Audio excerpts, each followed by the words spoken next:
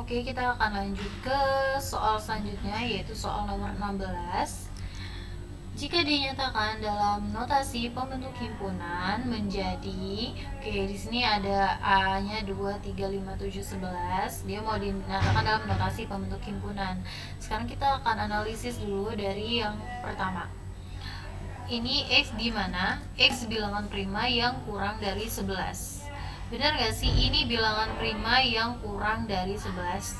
Salah dong, kenapa? Karena 11-nya masuk. Ya kan, sedangkan dia bilangnya kurang dari 11. Oke, yang A udah pas salah. Yang kedua, X bilangan prima yang kurang dari 12. Benar gak? Ini bilangan prima yang kurang dari 12. Kurang dari 12 ya benar, tapi kita cek bilangan prima bukan. 2 bilangan prima, 3 iya bilangan prima, 5 juga iya bilangan prima, 7 juga benar bilangan prima, 11 juga benar. Oke, berarti otomatis jawabannya yang B. Gitu ya.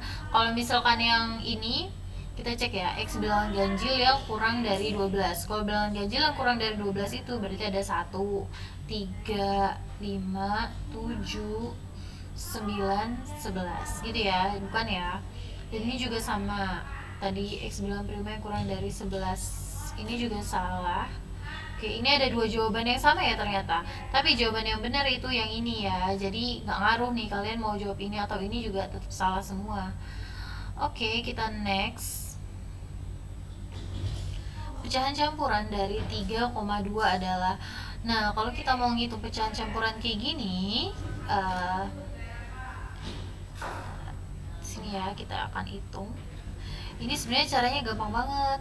Kalau misalkan mau nyari pecahan campuran dari 3,2, 3-nya ini bilangan pokok ini udah pasti jadi angka yang besarnya. Sekarang kita tinggal nyari 2-nya di belakang. 2 itu kan artinya adalah 0,2, ya kan? 0,2 itu setara dengan 1 dibagi 5, betul kan? Ya udah, jadi jawabannya yang 31/5 gitu. Jadi kita tinggal nyari aja sih yang setara gitu. Kalau misalkan 4 dibagi 5 itu kan 0,8. 1 dibagi 4 tuh 0,25.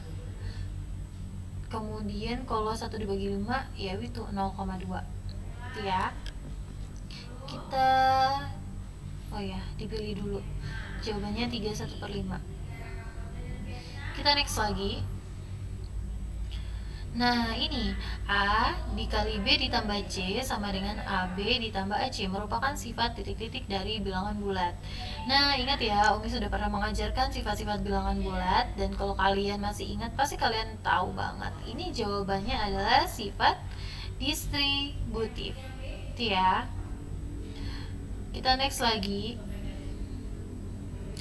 Nah ini kita suruh ngurutin bentuk pecahan. Oke, kalau kita mau ngurutin bentuk pecahan, mungkin kan kalian itu masih agak bingung ya. Kalau misalkan dalam bentuk pecahan kayak gini tuh masih bingung kan, mana sih yang lebih besar gitu, besar mana, 2/5 dengan 4/7 dengan 2/3, mana sih yang lebih besar.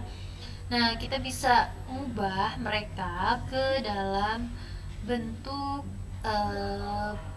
bentuk desimal, ataupun kalian juga boleh nyamain penyebutnya. Kalau mau nyamain penyebutnya ini dilihat nih, ini 5, 3, 7 sama 8.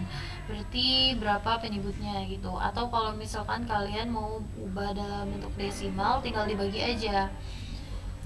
Kalau ngebaginya gini, 2/5. 2/5 itu sama aja 2 dibagi 5. Oke, kalau mau ngitung 2 dibagi 5 pakai manual kayak gini. Nah, ini kan nggak bisa ya 2 dibagi 5, jadi tambahin 0 dan ini tulis 0, 20 dibagi 5 hasilnya adalah 4. Nggak ada sisa ya. Oke, jawabannya 0,4. Sekarang kita hitung yang 4 dibagi 7. Ini kita nggak usah ngitung seluruhnya ya. 4 dibagi 7, cukup depannya aja. 4 dibagi 7 nggak bisa, tambahin 0. 40 dibagi 7, 40 dibagi 7 itu hasilnya 5. Habis itu di sini 35, kalau dikaliin sisa 5. 50 bagi 7 hasilnya 7. Oke, kita hitung sampai sini aja, nggak usah dilanjutin. Kemudian lanjut lagi, 2/3, berarti 2 dibagi 3. Oke, 2 dibagi 3 nggak bisa, tulis 0. 20 dibagi 3, 20 dibagi 3 itu hasilnya 6 ya. 6 dikali 3 hasilnya adalah 18, sisa 2 lagi, berarti jawabannya itu bakal 0,6666 terus. Nah kemudian kita lanjut lagi yang terakhir, 7/8 atau 7 dibagi 8. Oke, 7 dibagi 8 nggak bisa, sehingga kita tuliskan 0, jadi 70. 70 dibagi 8 hasilnya adalah 8 ya. Di sini ada 64, sisanya adalah 6. Oke, tambahin 0 lagi. Nggak usah tambahin, cukup satu kali aja ngitung. Sekarang kita udah bisa ngurutin nih. Ini 0,4, 0,57, 0,66, ini 0,8. Berarti yang paling pendek itu dari yang ini ya, A, terus B, C, D. Berarti jawabannya yang nih, A, B, C, D. Oke. Kita next lagi. Salah. Iya betul nih. Kita suruh ngurutin dari paling rendah ya, betul. Nah, sekarang kita lanjut lagi. Seluruh anggota himpunan Q pada diagram Venn di atas adalah. Nah, ini gampang banget nih. Soalnya sama kayak yang tadi ya. Q itu kan berarti yang di lingkaran ini nih. Ya tinggal sebutin aja. Ada 3, 5, 7, 8, 9 dan 12. 3, 5, 7, 8, 9 dan 12. Oke, maaf ya, ini Umi salah masukin nih, 13 nya nggak masuk ya. Oke, jadi jawabannya yang ini. Oke, kita next lagi. Apakah yang dimaksud dengan himpunan? Ayo, masih ingat kan? Ini Umi udah pernah buat videonya ya. Himpunan adalah kumpulan benda-benda yang didefinisikan dengan jelas. Oke, yang ini ya jawabannya. Next lagi, seorang peserta ujian masuk perguruan tinggi. Wah, ini nih soal yang pernah Umi kasih juga di video Umi. Dan ini sejenis soalnya. Jadi kalau kalian udah bisa ngerjain soal itu, pasti kalian juga bisa ngerjain soal yang ini. Nah, cara ngerjainnya juga sama kayak yang di video Umi itu nanti. Nah, seorang peserta ujian masuk perguruan tinggi menjawab 36 soal dengan benar dan 9 soal salah dari 50 soal yang diberikan. Oke, jadi di sini kita punya 50 soal. Ada 50. Dan yang benar itunya ada 36, yang salahnya itu ada 9. Jadi kira-kira yang nggak dijawab atau dikosongin itu berapa soalnya? 36 ditambah 9 itu 45 ya, berarti yang nggak dijawab itu 5. Jika setiap jawaban benar diberi skor 4, oke, berarti ini bakalan dikali dengan 4. Nah, kemudian jawaban salah diberi skor negatif 2. Nah, ini bakal dikali dengan negatif 2. Nah, kemudian dan tidak dijawab diberi skor 0. Ini dikali 0. Oke. Sekarang kita hitung skor akhirnya. Hitung dulu dari 36 dikali 4. 36 dikali 4 itu adalah 144 ya. Nah, kemudian 9 dikali negatif 2. Berarti hasilnya bakal negatif dong, negatif 18. Dan yang ini hasilnya 0. Ya, tinggal kita gabungin, berarti sama aja 144 dikurang 18. Hasilnya adalah berapa yo? 144 dikurang 18. Ya, jawabannya adalah 126. Kita next lagi.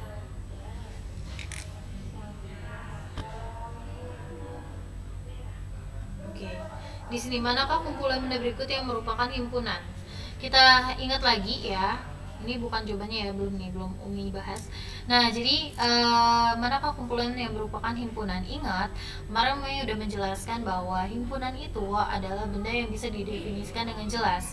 Dia nggak boleh mengandung kata sifat yang bersifat relatif gitu kan. Nah, sekarang kalau kumpulan daging segar. Nah, segar ini adalah kata sifat, dimana setiap orang tuh bisa menilai berbeda-beda dagingnya masih segar. Mereka punya kriteria yang berbeda-beda. Bisa aja daging segar tuh daging yang barusan dipotong. Daging lagi. Maksudnya hewannya barusan dipotong. Atau bisa juga yang dagingnya tuh berwarnanya kemerahan, atau daging yang mungkin masih ada darahnya gitu ya. Itu beda-beda orang tuh nilainya. Kemudian kumpulan buku-buku tebal. Ini juga kemarin udah Umi jelaskan kalau tebal ini juga kata sifat yang bersifat relatif. Kenapa? Karena ketebalan buku itu setiap orang punya penilaian yang berbeda-beda. Ada yang nilai 100 lembar buku yang isinya 100 lembar itu udah tebal. Tapi ada juga yang nilai 100 lembar itu belum tebal gitu. Harus 1000 lembar dulu baru bisa dibilang tebal gitu kan, beda-beda. Ini juga kumpulan buah-buahan manis. Ini juga setiap orang punya penilaian yang berbeda-beda kan. Ada yang mungkin nyicipin jeruk ini sih manis gitu kan, terus ada yang bilang ini mah masih asem gitu, belum manis gitu. Nah jadi manis juga itu masih bersifat relatif. Nah, tapi kalau kumpulan pena tinta hitam ini sudah pasti ya. Kenapa? Kan kita pasti tahu nih ya. Ini warna apa? Warna hitam nih. Kita bisa mendefinisikan hitam itu dengan jelas gitu ya. Kita bisa bedain mana pena tinta hitam dan yang bukan. Oke, jadi jawabannya ya kumpulan pena tinta hitam. Kita next ke soal berikutnya. Nah, ini adalah soal dari bilangan berpangkat. Jadi kita butuh ngitung. Oke. Hasil dari 2 kali 8 pangkat 2 dibagi 16 pangkat 2. Ini pilihan gandanya simpel-simpel banget ya. Berarti jawabnya juga bakalan simpel banget. Nah, di sini ada 2 dikali 8 dipangkatin 2 dibagi dengan 16 dipangkatin 2. Coba kita hitung dulu dalamnya. 2 kali 8 tuh berapa? Ya 16, ya kan? 16 pangkat 2 per 16 pangkat 2. Ya 16 pangkat 2 dibagi 16 pangkat 2 hasilnya udah pasti 1 dong. Pokoknya kalau pembagian angka yang sama kan udah pasti 1. 2 dibagi 2, 1. 3 bagi 3, 1. Ini jawabannya simple banget gitu ya. Jadi sayang banget nih kalau kalian salah di soal ini. Ini nggak perlu ngitung lama-lama. Oke, kita akan lihat lagi. Diketahui P adalah himpunan bilangan prima, Q adalah himpunan bilangan ganjil lebih dari 1, S adalah himpunan bilangan cacah. Diagram Venn yang menyatakan hubungan ketiga himpunan tersebut adalah. Oke, kita akan lihat ya di sini. Tuh, ada 4 pilihan. S itu kan himpunan semesta, jadi dia udah pasti di ujung sini. Nah, sekarang kita tinggal melihat hubungan antara Q dan P. Di sini P itu adalah himpunan bilangan prima, sedangkan Q adalah himpunan bilangan ganjil yang lebih dari 1. Pertanyaannya adalah bilangan prima dengan bilangan ganjil yang lebih dari 1 itu punya anggota yang sama nggak? Kalau misalkan Umi sebutin di sini bilangan prima itu kan ada 2, 3, 5, 7, 11, 13 dan seterusnya ya. Nah, sedangkan yang Q-nya itu kan bilangan ganjil yang lebih dari 1. Bilangan ganjil lebih dari 1 itu ada berapa? 3, 5, 7, 9, 11, 13 dan seterusnya. Oke. Di sini berarti ada beberapa anggota yang sama, yaitu 3, 5, 7, 11, 13. Ini dan seterusnya juga masih ada anggota yang sama lagi. Tapi juga ada anggota yang berbeda ya. Nih, ini nggak ada di sini itu kan. Jadi ini ada beberapa anggota yang dia itu berbeda. Dalam kata lain, ini nanti akan ada yang beririsan, tapi juga akan ada sisa. Berarti dia yang ini. Kenapa? Ini nih yang Q-nya ini yang sisa di Q tadi itu, yang ini. Q, sisa di Q tadi ada angka berapa? Ada angka 9. Nanti 9-nya tuh masuknya di sini. Yang sama-sama di tengah. Dan yang angka 2 ini punya P di sini. Gitu ya. Jadi jawabannya yang ini. Kalau ini yang kedua, pilihan yang kedua itu artinya dia nggak ada anggota yang sama sekali. Kalau yang pilihan ketiga itu artinya semua anggota P itu sama, ada di Q juga gitu. Nah, kalau yang ini juga sama ya kayak tadi. Jadi yang Q yang ada di dalam P, artinya semua anggota Q itu sama semua ada di P. Tuh, tapi P-nya lebih banyak. Oke, kita next ke nomor 27, bilangan prima antara 20 dan 50. C itu bilangan prima antara 20 dan 50. Jika himpunan C dinyatakan dengan menyebutkan anggota-anggotanya, maka himpunan C yang benar adalah, berarti bilangan prima antara 20 dan 50. Wah, gampang banget kan ya. Kita cek aja di pilihan gandanya, kita cari yang harus lebih dari 20 dan kurang dari 50. Semuanya udah memenuhi ya. Nah, sekarang kita akan cek mana yang prima semua apa bukan. Oh iya, kita pakai ini aja deh, biar kita sebutin semuanya satu persatu.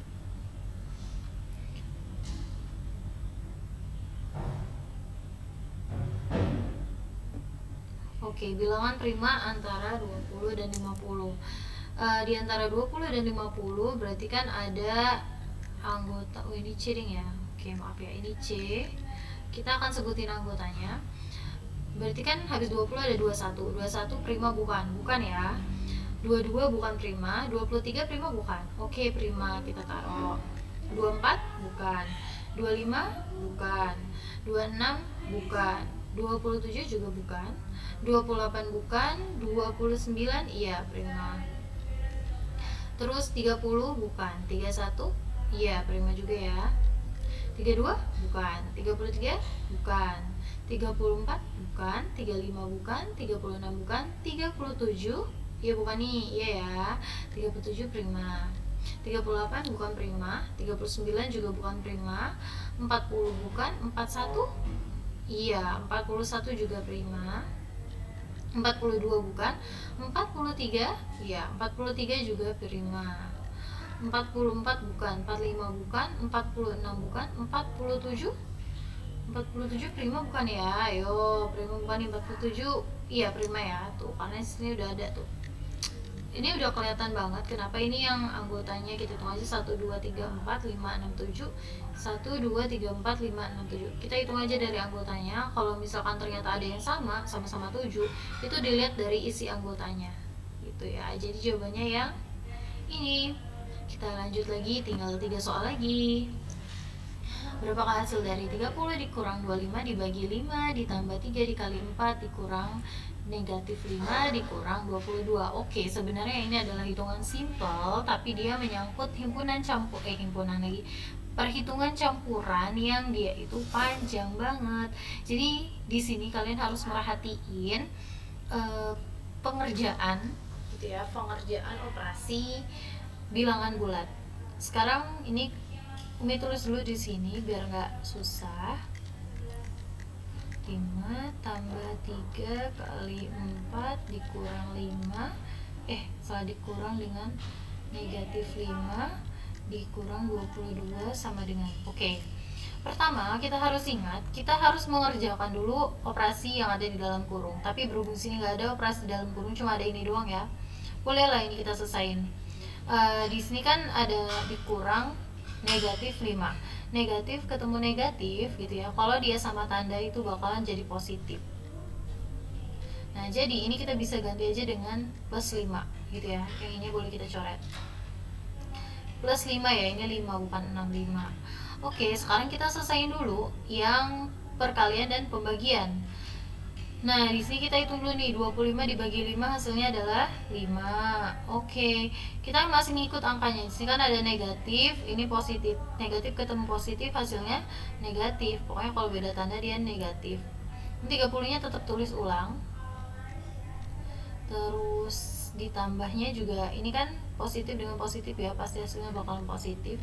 Kita hitung dulu, 3 dikali 4 hasilnya adalah 12. Oke, ini udah negatif 22 nya juga ditulis ulang.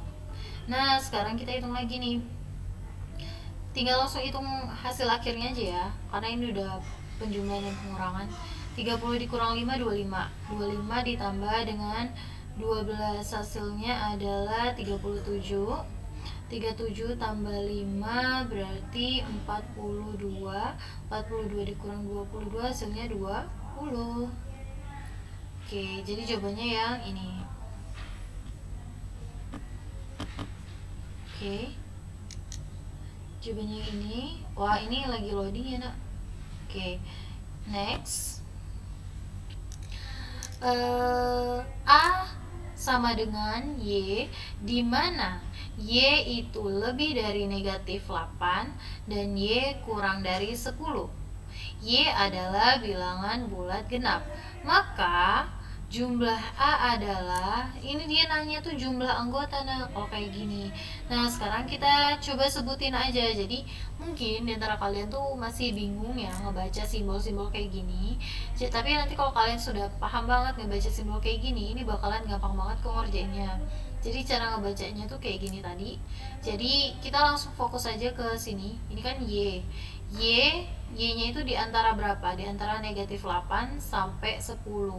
Ini kan gak ada tanda sama dengannya, berarti dia harus lebih dari negatif 8 kurang dari 10. Y bilangan bulat genap. Jadi kita nyari angka yang genap di antara negatif 8 sampai 10. Di antara negatif 8 tuh kalau lebih dari negatif 8 kan berarti ada negatif 7. Negatif 7 bukan genap. Ada negatif 6. Ini Umi sebutkan ya anggotanya. Negatif 6 genap bukan? Genap. Gitu ya. Kemudian negatif 5 bukan genap, negatif 4 genap, negatif 3 bukan genap, negatif 2 genap, negatif 1 bukan genap, 0 genap bukan nih? Iya, 0 juga genap gitu ya. Nah kemudian 1 bukan genap, 2 genap, 3 bukan, 4 genap, 5 bukan, 6 genap, 7 bukan, 8 genap gitu ya. 9 bukan, 10 genap, tapi 10 nggak masuk karena dia nggak ada tanda sama dengannya, jadi harus kurang dari 10. Berarti jawabannya ada berapa? 1, 2, 3, 4, 5, 6, 7, 8. Jawabannya adalah 8. Oke, kita next. Soal terakhir, FPB dari 36, 72, dan 90 adalah... Oke, kita akan nyari FPB-nya. Berarti caranya yang sama, pakai pohon faktor. Oke, ini udah penuh nih kayaknya, kita pakai yang ini aja.